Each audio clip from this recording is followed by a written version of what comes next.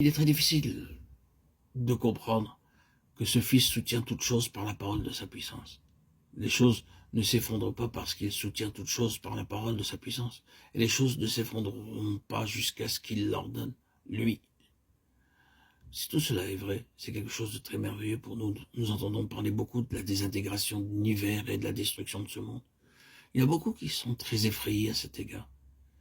Si ce que nous est dit est vrai, l'univers et le monde ne pourront jamais s'effondrer avant que Jésus ne l'ordonne. Les hommes peuvent y arriver de très près, mais en un instant tout recule.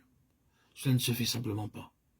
Il en a été ainsi à plusieurs reprises, mais la parole de sa puissance a tout arrêté. Et ce n'est que lorsqu'il dira maintenant que cela soit, que cela se fera. Il soutient toutes choses par la parole de sa puissance. Ne pouvons-nous pas aller jusqu'à dire que cela devait être un réconfort personnel pour nous? Il semble quelquefois que notre propre petit monde va s'effondrer, que nous sommes arrivés au bout. Oui, cela s'applique ici également. Il soutiendra toutes choses jusqu'à ce qu'il décide qu'elles doivent s'effondrer. Nous avons ici le Fils identifié et décrit. Et nous pouvons entrer dans le contenu plus vaste de la lettre aux Hébreux, la grandeur du Fils en comparaison avec d'autres grandes choses et d'autres grands hommes. Il dit au verset 4e du premier chapitre, il est devenu d'autant supérieur aux anges. Les anges sont les êtres les plus élevés et les plus proches de Dieu et du Fils. Oui, il nous est souvent parlé des anges dans la Bible. Pierre dit qu'ils sont grands en force et en puissance, de Pierre 2,11. Dans le livre des Juges, il nous est dit qu'un ange avait une apparence très imposante et la femme qui le vit fut fort effrayée, jusqu'à craindre la mort. Elle dit, un homme de Dieu est venu à moi. Il avait l'aspect d'un ange de Dieu, un aspect redoutable. Juge, chapitre 13, verset 6.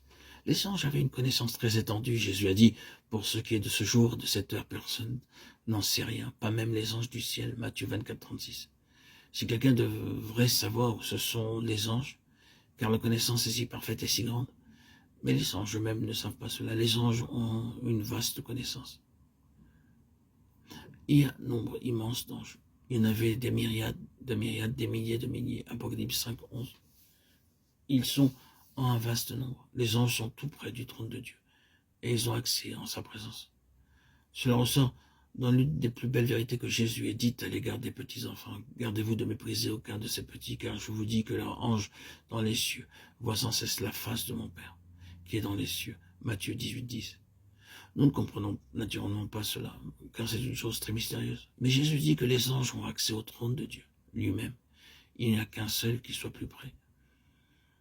L'œuvre des anges est très variée. Regardons cette lettre aux Hébreux, car nous nous tenons très près d'elle. Auquel des anges Dieu a-t-il jamais dit, assieds-toi à ma droite jusqu'à ce que j'ai mis tes ennemis sous tes pieds pour te servir de marchepied?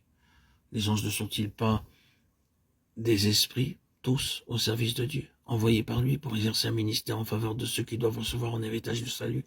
Hébreux 1, 13, 14. Et quelle œuvre ils ont à accomplir?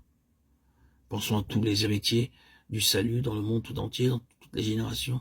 Il nous est dit ici que les anges ont à veiller sur eux et sur leur intérêt pour exercer un ministère en faveur de ceux qui doivent recevoir en héritage le salut. Nous les voyons naturellement pas, mais si la Bible est vraie, les anges sont là et sont des êtres très occupés. Ils ont un service très grand et très précieux.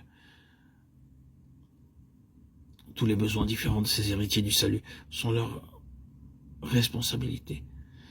Les anges sont donc d'un ordre très élevé, mais il nous est dit dans cette lettre aux Hébreux, le Fils est beaucoup plus grand que les anges. C'est ce que dit ce verset 4e du premier chapitre. Il est devenu d'autant supérieur aux anges qu'il a hérité d'un nom plus éminent que le leur.